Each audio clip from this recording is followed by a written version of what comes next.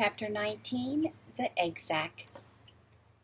The next morning, when the first light came into the sky, and the sparrows stirred in the trees, when the cows rattled their chains, and the rooster crowed, and the early automobiles went whispering along the road, Wilbur awoke and looked for Charlotte.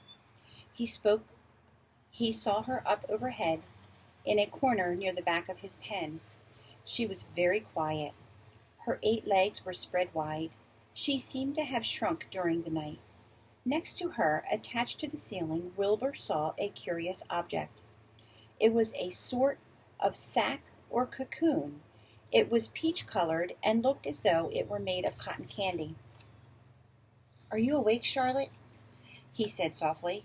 "Yes," came the answer. "What is that nifty little thing? Did you make it?" "I did indeed," replied Charlotte in a weak voice. "Is it a plaything?" "Plaything? I should say not. It is my egg sack, my magnum opus." "I don't know what a magnum opus is," said Wilbur. "That's Latin," explained Charlotte. "It means great work. This egg sack is my great work, the finest thing I have ever made." "What's inside it?" asked Wilbur. "Eggs? 514 of them," she replied. 514?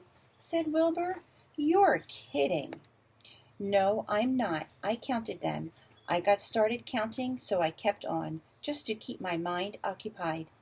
"It's a perfectly beautiful egg sack," said Wilbur, feeling as happy as though he had constructed it himself. "Yes, it is pretty," replied Charlotte, patting the sack with her 2 front legs. "Anyway, I can guarantee that it is strong. It's made out of the toughest material I have. It is also waterproof. The eggs are inside and will be warm and dry."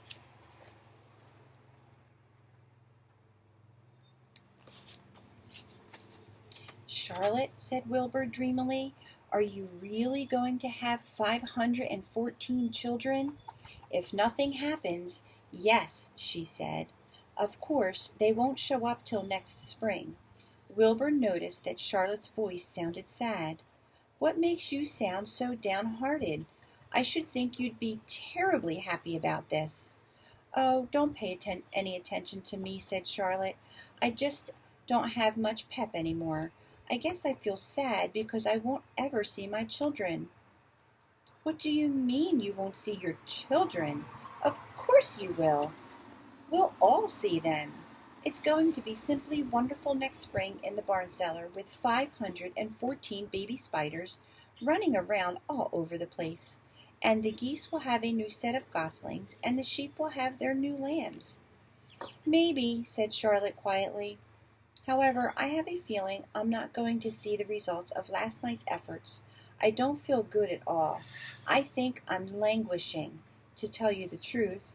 Wilbur didn't understand the word languish, and he hated to bother Charlotte by asking her to explain.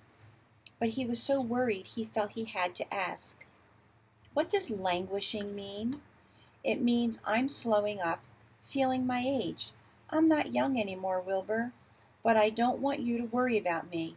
This is your big day today. Look at my web. Doesn't it show up well with the dew on it?" Charlotte's web never looked more beautiful than it looked this morning. Each strand held dozens of bright drops of early morning dew. The light from the east struck it and made it all plain and clear. It was a perfect piece of designing and building. In another hour or two, a steady stream of people would pass by, admiring it and reading it and looking at Wilbur and marveling at the miracle. As Wilbur was studying the web, a pair of whiskers and a sharp face appeared. Slowly, Templeton dragged himself across the pen and threw himself down in a corner. "I'm back," he said in a husky voice. "What a night!" The rat was swollen to twice his normal size. His stomach was as big around as a jelly jar.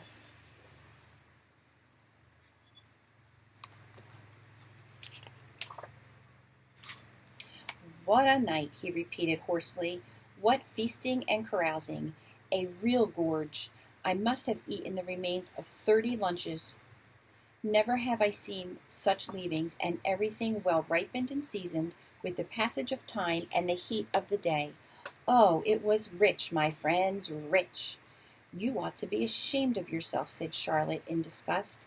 It would serve you right if you had an acute attack of indigestion. Don't worry about my stomach, snarled Templeton. I can handle anything. And by the way, I've got some bad news. As I came past that pig next door, the one that calls himself Uncle, I noticed a blue tag on the front of his pen. That means he has won first prize. I guess you're licked, Wilbur. You might as well relax. Nobody's going to hang any medal on you. Furthermore, I wouldn't be surprised if Zuckerman changes his mind about you. Wait till he gets hankering for some fresh pork and smoked ham and crisp bacon. He'll take the knife to you, my boy. Be still, Templeton, said Charlotte. You're too stuffed and bloated to know what you're saying. Don't pay any attention to him, Wilbur. Wilbur tried not to think about what the rat had just said. He decided to change the subject. Templeton, said Wilbur, if you weren't so dopey, you would have noticed that Charlotte has made an egg sac. She is going to become a mother. For your information, there are 514 eggs in that peachy little sack. Is this true? Asked the rat, eyeing the sack suspiciously. Yes, it's true, sighed Charlotte. Congratulations, murmured Templeton. This has been a night. He closed his eyes, pulled some straw over himself, and dropped off into a deep sleep. Wilbur and Charlotte were glad to be rid of him for a while. At 9 o'clock, Mr. Arabel's truck rolled into the fairgrounds and came to a stop at Wilbur's pen. Everybody climbed out. Look, cried Fern. Look at Charlotte's web. Look what it says. The grown-ups and the children joined hands and stood there, studying the new sign. Humble, said Mr. Zuckerman. Now isn't that just the word for Wilbur? Everyone rejoiced to find that the miracle of the web had been repeated. Wilbur gazed up lovingly into their faces. He looked very humble and very grateful. Fern winked at Charlotte. Lurvy soon got busy. He poured a bucket of warm slops into the trough, and while Wilbur ate his breakfast, Lurvy scratched him gently with a smooth stick. Wait a minute, cried Avery. Look at this. He pointed to the blue tag on Uncle's pen. This pig has won first prize already. The Zuckermans and the Arabels stared at the tag. Mrs. Zuckerman began to cry. Nobody said a word. They just stared at the tag. Then they stared at Uncle. Then they stared at the tag again. Lurvy took out an enormous handkerchief and blew his nose very loud. So loud, in fact, that the noise was heard by stable boys over at the horse barn. Can I have some money? Asked Fern. I want to go out on the midway. You stay right where you are, said her mother. Tears came to Fern's eyes. What's everybody crying about? Asked Mr. Zuckerman. Let's get busy. Edith, bring the buttermilk. Mrs. Zuckerman wiped her eyes and her handkerchief. She went to the truck and came back with a gallon jar of buttermilk.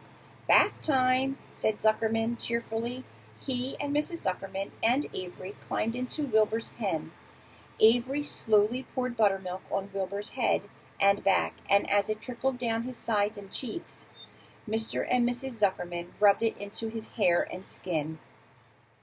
Passers-by stopped to watch. Pretty soon, quite a crowd had gathered. Wilbur grew beautifully white and smooth. The morning sun shone through his pink ears.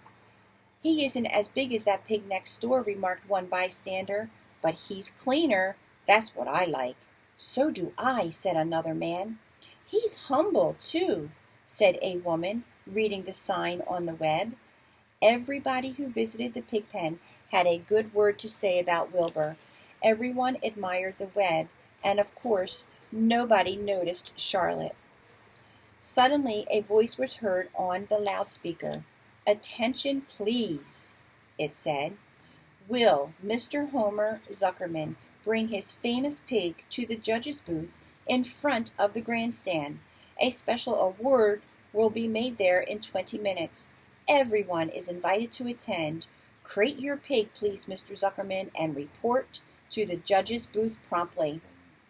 For a moment after this announcement, the Arabelles and the Zuckermans were unable to speak or move. Then Avery picked up a handful of straw and threw it high in the air and gave a loud yell. The straw fluttered down like confetti into Fern's hair. Mr. Zuckerman hugged Mrs. Zuckerman. Mr. Arabelle kissed Mrs. Arabelle. Avery kissed Wilbur. Lurvy shook hands with everybody. Fern hugged her mother. Avery hugged Fern. Mrs. Arabelle hugged Mrs. Zuckerman.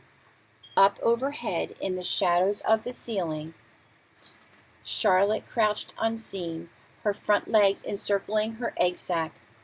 Her heart was not beating as strongly as usual, and she felt weary and old, but she was sure at last that she had saved Wilbur's life, and she felt peaceful and contented. "We have no time to lose," shouted Mr. Zuckerman. "Lurvy, help with the crate."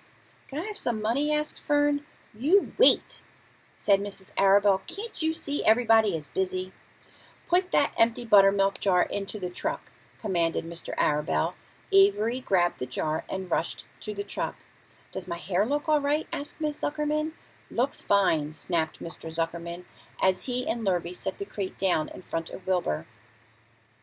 "You didn't even look at my hair," said Miss Zuckerman. "You're all right, Edith," said Mrs. Arabelle. "Just keep calm."